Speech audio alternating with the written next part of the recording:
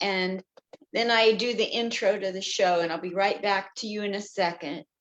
You can share it on wherever you want to share it, Facebook or Instagram. I'd appreciate it. Facebook people, hi. Usually nobody's here while we're doing the interview. You at home like to watch these after the fact, and that's okay. Because the last thing I want to see is you coming in and not being dressed. So do it the way you like to do it. After is fine. Yeah.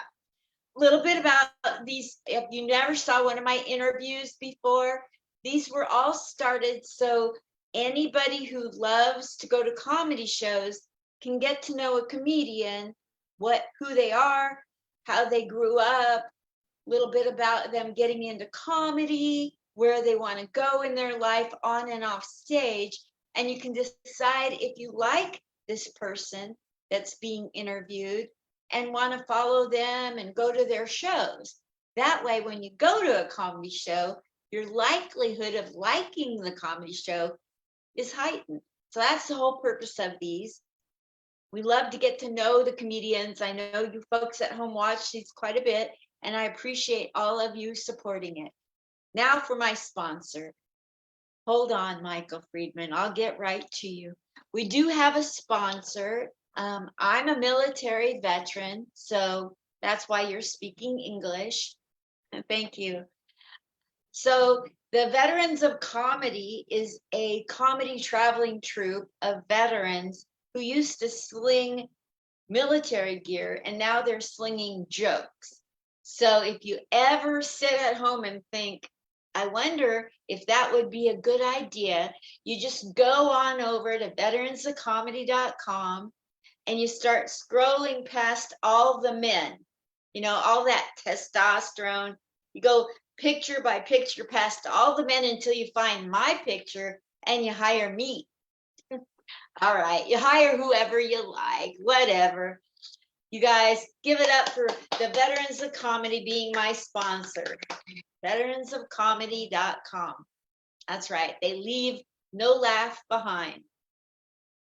So now today is interview number 971. Sorry, Michael, you weren't my first. That's okay.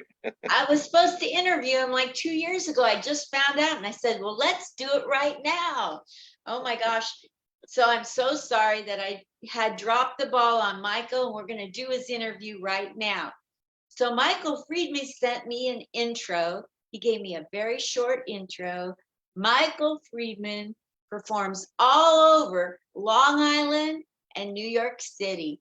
And here he is right now, folks. The one, the only, Michael Friedman. Hi, Michael. Hello. Hi. Hi. Where are you at right now? I'm in my living room. And that's up in Long Island or New York City? Long Island. What part of Long Island? Nassau County, near Hicksville. Very good. All right. Well, so what's been going on with you in the last couple years up in Long Island? Just fill us in a little bit about your personal life in the last 3 years. Let's see, in the last 3 years, well, I've been unhappily married for 20. So that's included in the 3 years. My day job is I actually repair X-ray machines. And because of the pandemic, I was considered an essential worker. And I always had to go into the hospitals while everybody stayed home. And psychologically, that took a little bit of a toll on me in the beginning of the pandemic. Yeah. It was a little depressing. And actually, I stayed good up until actually a couple of months ago. I actually got COVID. Did you really? Yep. Was it a mild case? Definite. I had no symptoms. Actually, I was going in for surgery and I got tested and I tested positive. What kind of surgery did you have? On my arm. I have nerve damage. A hell of a nerve, So what's it like working on X-ray machines? Tell us, we're probably not X-ray machine repair people. Tell us about that kind of a job. So when it's working, but you want to do service to it, doctors and staff don't allow it, to be perfectly honest. That's And crazy. then when it breaks, they wanted it fixed yesterday, and they'll like hover over you until it's Oh, fixed. And then so I got they to don't. deal, certain times I have to deal with the state and the FDA on calibrations and audits and stuff like that. That's the basic gist of the job. So the X-ray machines are at medical places or at airports too. Oh, not at airports. I do only medical, so it's at hospitals and freestanding like orthopedic clinics. Very cool. Very cool indeed. Well, thank you for filling us in with your life right now as a And job. And we know you're a comedian all over Long Island and New York City. But yes. tell us what you like to do these days in the last couple of years when you're not working. What do you and your unhappy wife like to? You have an unhappy marriage, you say. What do you Yeah, I like don't to know do? about it if she's unhappy. What I would like to do is get a divorce. Are you But serious? oh yes, dead serious. But she won't sign the papers. But so maybe I would like to retire, but I don't know how that would work with being home by her all day unless she grants me a divorce. I do stand up at night, which I do enjoy, and if I do retire, that's probably would be my source of entertainment. That's like a golf outing for me. I like making people laugh. Even though I have to be miserable, I like other people to laugh. Sounds like you want to be happy and get a divorce, but I would I would love it, but it's just not in the honestly, if she would have divorced me, I was worth a lot more money like 10 years ago. If she would have signed the papers 10 years ago, she would have made out a lot better. yeah. Well, you make people laugh about your unhappiness, and that's not easy to do, and I Yes. commend you for that. Yep. I actually started out when I was in college, I started out in comedy. And my first time actually doing comedy Wait, back, wait, wait, wait. You're jumping ahead of me. We're okay. going to go to that in a minute. We're going to go through your whole life. But what I want you to tell me, I didn't hear the answer yet. I want you to tell me when you're not in a comedic role and you're not at work, what kind of things do you like to do? Do you like to go to the movies, walks, Broadway? Do you like to roller skate? What do you Roller do? skate 300 pounds down the street. No, I like to fish. I like to go boating. I like outdoors water. I like a lot of travel. You do. Tell me about your traveling that you've done. Well, for work, I've traveled a lot, but on a person, I've been to Russia, which I'm not that happy about for work. Years ago, before I repaired X-ray machines, I used to design X-ray machines. What? That's Yes, crazy. but the company got sold about 12, 13 years ago, and now I'm just a service engineer. But so I had to travel to Russia one time, and that was actually a really scary experience because nobody speaks English, and I had an interpreter, and I get picked up at the airport by, by these people and my interpreter, and a whole bunch of dialect is going on in the car for like 10 minutes. And then my interpreter gives me two words, and that's a little scary. What do you mean your interpreter gave you two words? The people in the front seat of the car who picked me up and the interpreter, they had several minutes of dialect going on, back and forth, back and forth. And then when it got translated to me through my interpreter, I only got like two words, like, how was your trip? Yeah, I see what you mean. They were like yak, yak, yak, and then you get, how are you? Yeah, so Glad you're here. there's a No. lot more said. There was a lot more said, like, we're going to kidnap you. Yeah, are you little Jewish? Yeah, It's not a that, real friendly place for Jewish people, I hear. yeah, I know. I actually, I actually went to what was supposed to be a kosher style restaurant that they took me to one time during my 3 week stay, and I actually got served steak wrapped in bacon. Wow, So, crazy. so you know right there it's not kosher. Oh my gosh. Well, let's go back in time, way before you starting comedy. I like to time travel with the people on here. I want to know, I want you to go back to little 4-year-old, 5-year-old in your home, Michael at home. How many brothers and sisters? What was your role in the family? And when did you start noticing you were funny? Wow. Well, as a kid, I don't know if at 6 years old, I took apart my parents' TV, which they were really pissed about. But I actually was able to put it back together and make it work. Wow, that's That's crazy. that's I guess why I want to go into engineering. I always wanted to. So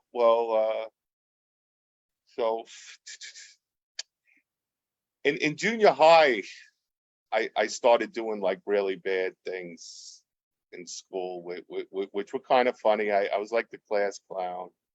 I actually egged the teacher and stuff during Halloween, and I threw a smoke bomb once in the room, and everybody had the whole room filled up with smoke. We all got to go out in the playground area, things like that. So I did get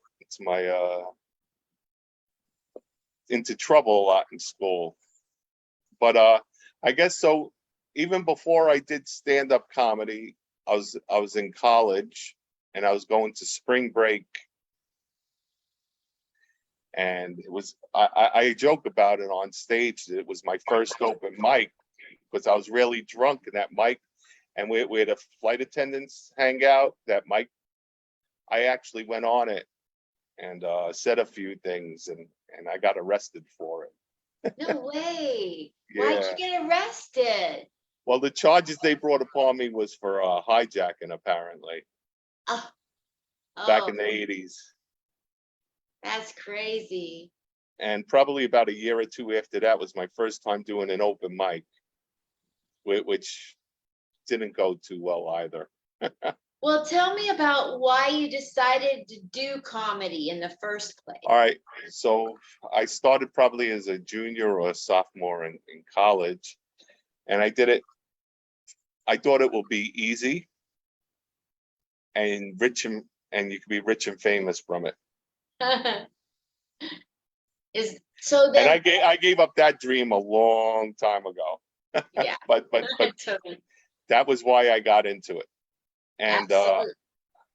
I went to a very famous place back in the early 80s, mid 80s, and called Pips in Brooklyn, Sheepshead Bay, Brooklyn. That had a lot of famous people in it. And Yes. I went to my first open mic, which back then open mics didn't just consist of comedians in the audience. It was actually probably 120 paid guests. And they finally call my name, and my heart is pounding in and out of my chest, boom, boom, boom, and my legs are chattering. I get up there, and I'm drunk now, and I couldn't remember anything. And all I did was say FS, FS, FS, and everybody's booing me and kicking me off the stage. And I was probably up there for 2 minutes, and it felt like 2 hours. So you mean to say you started comedy in the 80s? Yes, and I gave it up in '96 because I I didn't give it up for not being rich. I enjoyed doing it, but I gave it up because it started getting difficult once I was married and had kids, and I had to choose the safer route, which had medical planned, and I knew where my paychecks were coming and everything of that nature. That's why I gave it up. And when did you come back into comedy after you left in 96? So in 2016, the end of 2016, I had a bad accident. I broke a bunch of bones. and I was going stir crazy. And I decided, did I always missed it, and what would have been? And I went to go back into it, and it was like shell shock to me. Wow. How had comedy changed from the 80s till then? Oh, a lot. Well, but number one, there's now producers with bringers. You used to send a tape, an audio tape of your bit to a club, and they decide whether they want to hire you, and then you negotiate a price and all that. So that has changed. Everything became bringer shows, and and when you're doing open mics, you're doing it in front of like 8, 10 comedians that are working on their own stuff, and you're not getting any laughs or anything, not real feedback. So that's difficult. The bringer shows. The one thing I would say that hasn't changed is the amount of money you get per gig. Then and now are about the same. But being politically correct today, you can't talk about Asians or anything unless you're married to one or adopted some Asian kid or whatever. So Yeah, it's really a pain not being able to talk about Asians, isn't it? no, not politically correct. Everything's got soft. So I had to learn to adapt to that. So anything that I said back in the 80s was no good for the Yes, 2016, 17. that's You know. So that's so true. so What are some of the things you've learned over all these years? You have about 20 some years of comedy in you. So, what are some great things that have happened to you that you can tell us that would help teach us? well, that would help teach you. Well, the Yeah. simple, there's the elegant things, but you want to get when you're telling a story, you want to cut out all the fat, and you want to get right to the punchline. You have to be able to explain so the audience knows what you're talking about. Because if you're talking about a friend of yours and you're talking about that friend with a group of friends, they all know that friend, so it's easy for them to relate. But the audience can't relate to that friend. So you have to be able to, in the shortest way, be able to nail that and then get to the punchline. You have to be quick and sweet. And by mixing up two words can kill the whole joke, can make Wow. or break a joke. And sometimes you forget you do mix up words when you're on there and you're wondering why you didn't get a laugh, and you got a laugh.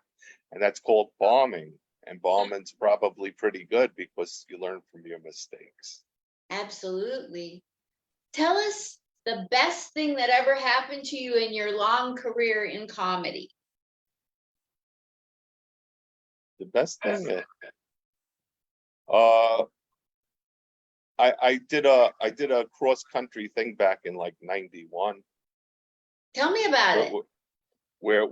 where I traveled, stayed in dingy hotels or campsites, and I had bookings throughout the U.S. So I drove from pretty much New York all the way up to California, and then in about a 5 week span, and then flew back.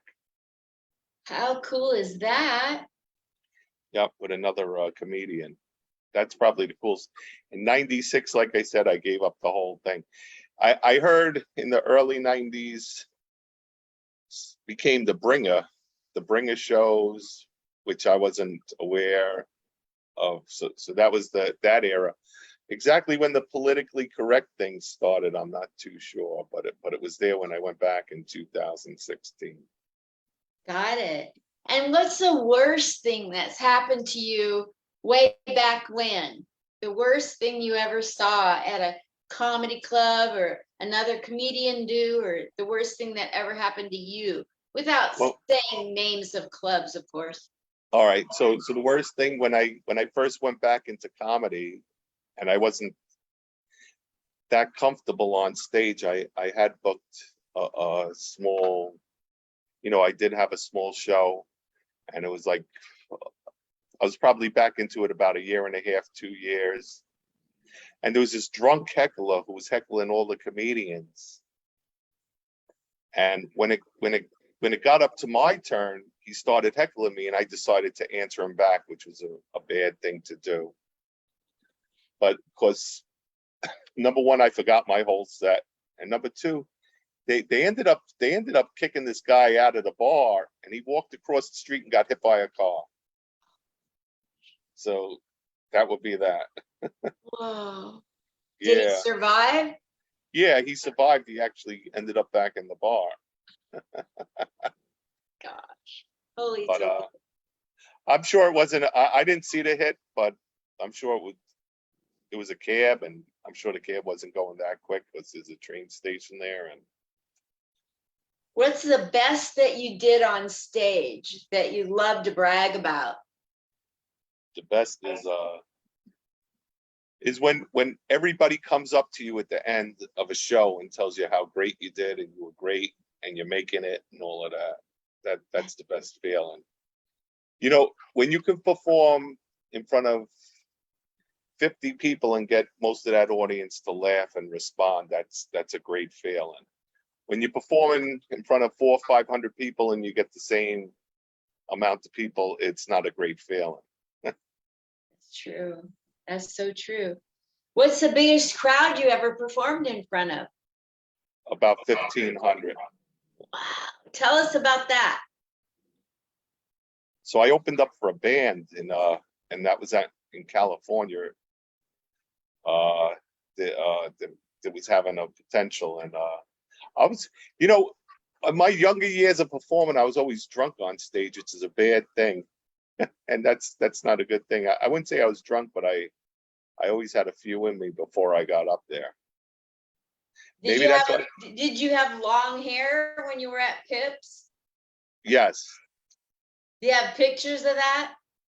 I don't have any pictures of me at Pips, but I got pictures.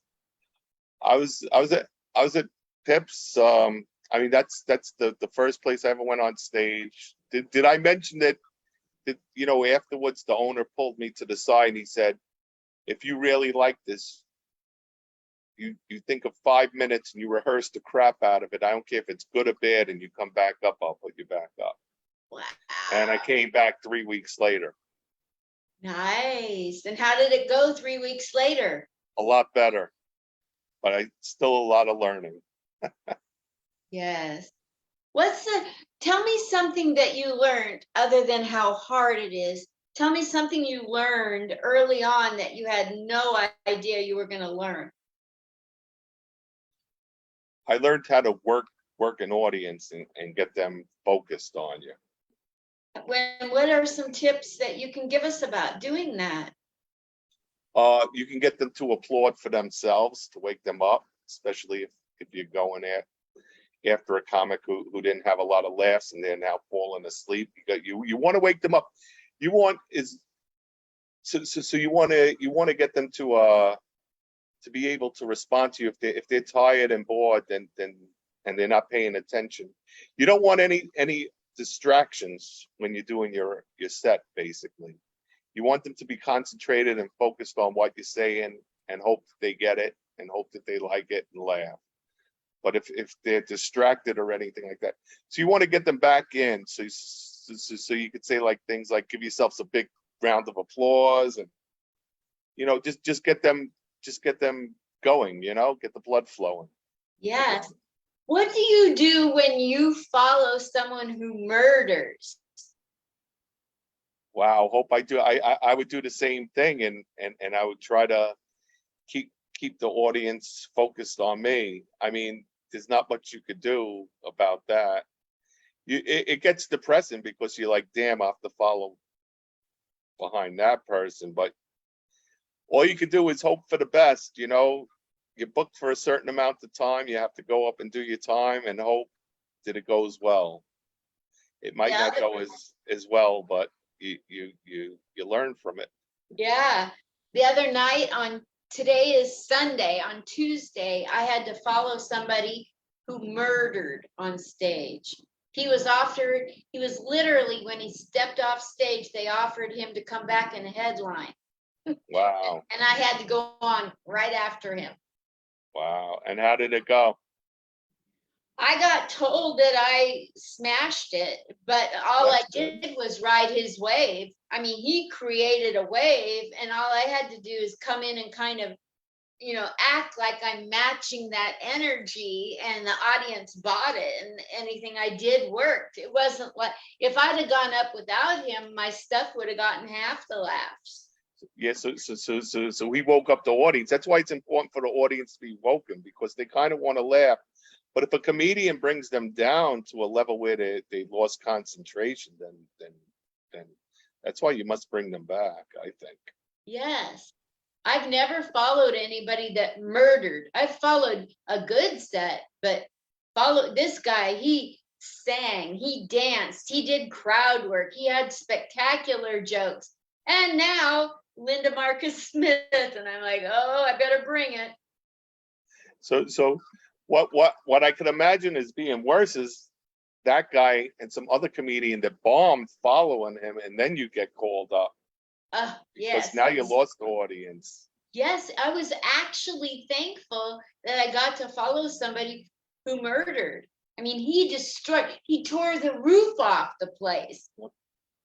And that's definitely like a host's job, is to keep the audience alive, even if a comedian does bad and stuff like that, because you need that energy. That's why if I'm following somebody that did bad, I would try to wake up the audience. Yeah, it's nice when you have a host, even if you have a comic that has an average set at this particular venue, the host always comes in and brings up the energy. But he didn't have to do a thing with this guy. Yeah. And here's Linda. Like, Yep, oh, they were all wound up, so you're pretty good. So yeah. It was actually fun. It was easier than following somebody else. Yep. Yep. Every night's a different experience. Yeah, That's absolutely. So what is your plan in your personal life for the rest of your life? What's the plan in your comedy life? So my personal life, I kind of gave up on getting a divorce, and I just pretty much do what I want to do. I don't go on vacations with my kids are grown up, so I don't go on. There's no family vacations or anything. I go on vacations by myself, or I find somebody else to go with. I will not go with my wife. Yeah.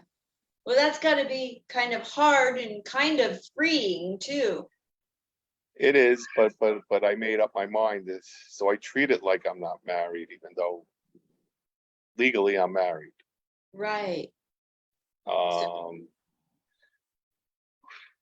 hope one day she would divorce me. I plan on retiring and probably moving to Florida in the next 7 years.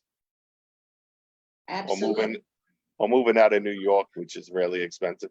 And I like to be able to do a few shows a week. Where in Florida are you thinking of moving to? Outside of Orlando, I already bought. I have a house out there. Like in what city? The Villages. Nice. You ever hear of the Villages? Yeah, I lived in Vero Beach and Fort Myers back in my early days. Yeah, that's nice. Except for the humidity, it's pretty good. Yeah, there's a lot of humidity to put up with. Yep. Yeah. Maybe I'll sweat a little and lose a couple of pounds. Yeah, well, you're not taking up all of those bricks behind you, so you're not doing that bad. That makes you look skinny. I'm a pretty big guy. You met me in person. Yeah. I don't even know if you remember, right? At Governor's. Yep, I remember. It was such a rushed evening. I didn't get to spend any time with you, but I remember you being there. I actually now remember. So you sometimes went to Project 9 Line, and that's where I met you the first time. That's where you asked me if you can interview me. Oh, sorry. Yeah, I dropped the ball on that. Sometimes I drop the ball and people have to wake me up. Thank you for waking me up today.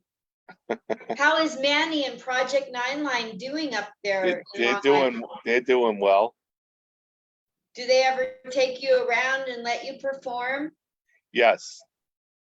Yes, they do. I do perform. I performed with them once or twice. Good. I've been a part of them for like 5-6 years. Nice. They were coming out to San Diego a couple years ago. Yeah, during the pandemic, and it got canceled. And I hit Manny up for a spot, and he's like, "Who do you think you are?" I'm like, okay, all right, I get it. Stop. I get it. I learned my lesson. I won't ask. Yeah. Yeah, that's a good class. Is that class still going on where we met? Yes, it goes. It starts usually in the beginning, somewhere in the winter, like around February, March, and it goes for like 10, 12 weeks, and then they do a show. Got it. Super. Right now it's not going on, but it'll start up in February. February, March, I believe. I mean, well, ultimately, Pat and Tugboat know the date. I don't know it. So project9line.org is a nonprofit, and what is their mission? To help veterans. To help veterans how? Transition back into the real world and stuff like that. Help with depression. They have several other things. They have the comedy class. They have bands. They have arts and crafts there. It's several different programs. Super. That's super. I wanted people to hear what it's about because I've only gone to the Zoom class. Yeah, and that's where I met you on the Zoom class. Because yeah. So do you have any gigs coming up that you want to tell people about? Because people from all over the country go to New York. actually, at the present time, I don't have any bookings. Super. What I would tell you is I don't do bringers, so I actually only do somewhere in between 18 and 24 shows a year. Like Smart. 1 month I can do 4, and 1 month I can do 1, and it all levels out. Whatever it is, it is. Absolutely. Well, with as much experience as you have and number of years in service in the comedy world, you should be doing nothing that's a bringer. Well, no, because it's like starting over again. Because all of these younger people don't even know me. They don't even know from Pips, because Pips went out of business in the early 2000s. So, Young people don't know what Pips is. yep. Why don't you tell people that are listening what Pips was? Well, Pips was it wasn't Dangerfield. If you performed in Dangerfields, but a lot of famous people and a lot of famous people were made at Pips, which was in Sheepshead Bay, Brooklyn, on Emmons Avenue, and it was owned by Schultz, who got ill actually in the late '80s, and his son, and he had 2 sons and a daughter, and one of the sons was very heavily into the comedy, like, who was Seth, and Marty was just the quiet son, and the daughter really didn't get involved, I guess, with the business much when they took it over after the father passed. And unfortunately, what I heard was, I wasn't around, but I heard that Seth got himself into a little bit of trouble. That usually has to do with the mob. Yeah, with gambling, and he took his own life, and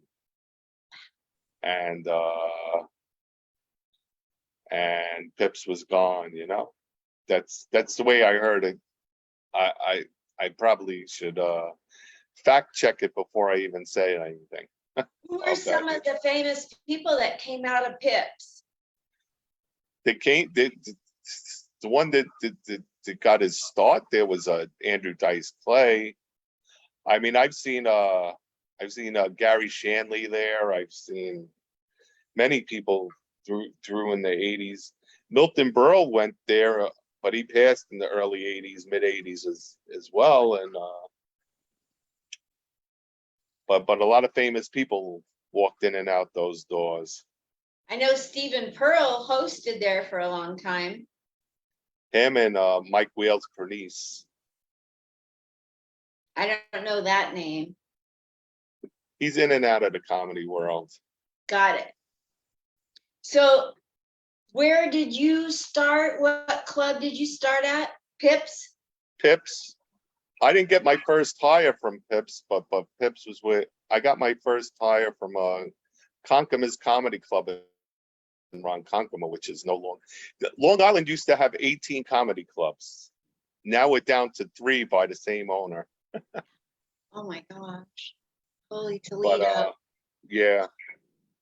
So who are some of the people in the comedy world since the 80s when you started? Didn't you say started in the 80s? Yes.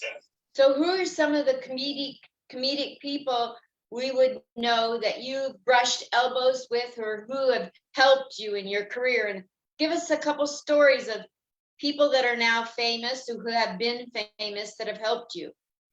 Well, honestly, so Kevin James and all of them used to perform at East Side Comedy Club, but I wasn't a Long Islander back then. I was a city boy. That's why I performed in places like Pips and stuff like that. I didn't know from East Side Comedy Club, and I knew of it, and I probably went there a few times to perform, but I wasn't regularly going there for open mics or anything like that. It was too much of a travel for me, and there was one on Long Island that was a very famous club that I never even knew of until I got back into the business, called the White House, and that was in Hicksville, close to where I live now, and they're the ones who started the Bringer. Jeez, in the White Yeah, House. so yeah, Leave it to the and, White House. and that produced stars like Eddie Murphy and stuff like that, I believe, So and who are some comedy people that have helped your career? nobody. You just did it yourself. Pretty much, I'm a quiet guy. I'm actually a shy, quiet guy. That's why comedy helped me out, I guess, a little bit. I used to drink, so I stayed low. Joe Maffa, but he's nobody big. Is probably so. Did you say He's Joe Moffat? Maffa, Joe Moffat. Maffa. He used to be the host in a place called Chuckles, which was in Mineola. But Nice. but I learned to, I asked questions and stuff like that, and I got the in and outs of how the business worked probably a year or two after I was in it and stuff like that. Boy, Bruce, not very famous. He lives out in LA now. Probably did I know the best from is a guy called Mike Reef. I don't know if you're familiar with him. Grief? Grief, yes. I've heard of the name. He's he moved out to California. He's been in a lot of movies and a lot of TV shows. He just gets like a cameo on all of them, and he's not as famous as Kevin James or Milton Berle or Andrew Dice Clay, but everybody's famous in their own little way, and you're also as famous as you want to be. That's right. So did you ever get to meet and talk to Andrew Dice Clay or Milton Berle? Milton Berle, no, I did speak to Andrew Dice Clay, but the funny thing is he doesn't even remember me. He doesn't know me from a hole in the wall because I had a run-in with him when I performed one time at Governor's, and he didn't even remember me. What was the run-in like? Well, he was performing in where you performed used to be called the Laugh Room. Oh no, it's called the Little Room. It's called now the Giggle Room where you performed, where I met you. And I was performing there, but he was performing in the main stage. And of course, so he had the big green room, and you have that little room where like the PA system is and everything like that, performing in the little room or the giggle room, and so he was going to the bathroom, which is right outside that area, and I mentioned, and he doesn't remember me from a hole in the wall. He's like, "Who the fuck are you?" Man. Number one, I'm like 100 pounds heavier and bald, and I guess if you don't know me that well, you don't know me, Yeah. So what advice do you have for young comics? Since you've been around, what advice would you like to leave us with? All right, if you enjoy it, don't run it and don't hope to be rich and famous. If you enjoy it, you keep doing it. And if you're gonna get a break, you'll just get a break. Keep plugging away at it. I'm too old to plug away at it. I can't go to so many venues and stuff like that. I don't like to travel as much because I work a full-time job. Maybe when I retire, I will. I Yes. enjoy it, and if you enjoy something that you love, you do it. If you're doing it as your main income, you better hustle. You gotta Absolutely. hustle because there's not a lot of money out there for a starving comic, and probably Yeah. anybody in the arts. But You know, if you even if you're not doing if like even though you're only doing maybe 20 shows or 24 shows a year or whatever you said, I respect you being in the business as many years as you have. Even Yep. if you came and went, just that you're still going and you have such a history back to Pips. My gosh, people should be knocking your door down to get advice. I don't know, but definitely, if you enjoy it, you have to have a love for it. The love has to come first, the love and the passion, and the rewards will hopefully follow. That's my advice. I love that. So where do you want people to follow you on social media? Uh, on Instagram, Comedy Mike, So and Comedy Mike on Instagram. Michael Friedman on Facebook. I'll follow you on Instagram. Something happened on Facebook, but Comedy Mike. Yeah. Do it right now. Let's see. Yeah. What kind of do you put any TikToks out? Oh, I mean Mikey Comedy on Instagram. Spell it for me. MIKIECOMEDY.